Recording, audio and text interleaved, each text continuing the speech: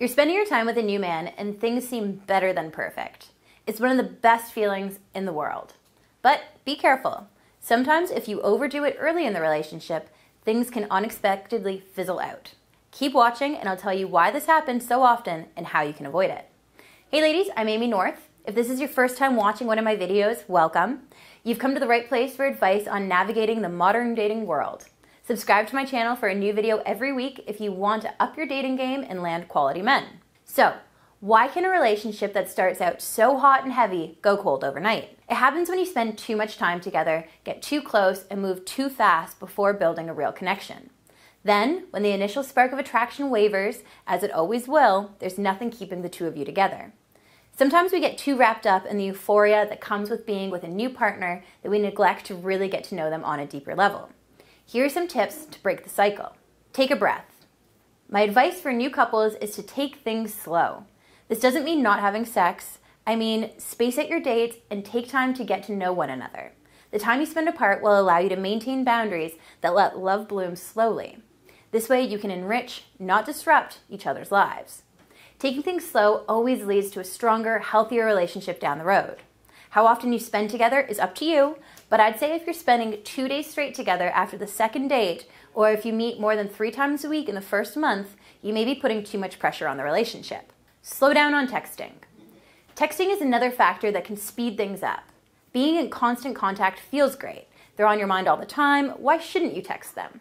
The truth is that texting all the time can create an intimacy and closeness, but you haven't quite earned yet.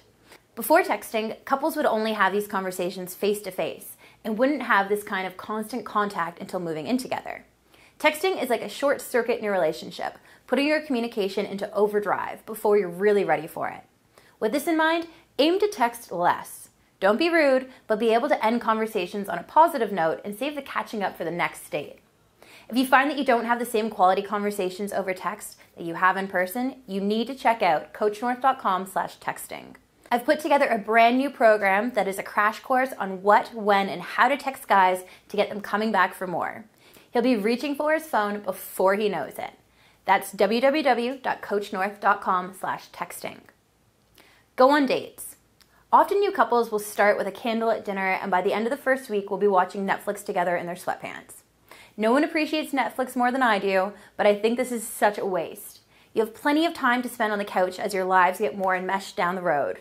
When things are fresh, I think it's really important to make the effort to go out, have new experiences together, and get to know one another without a TV between you. A solid date will do more to bond the two of you than an entire season of Orange is the New Black. Trust me.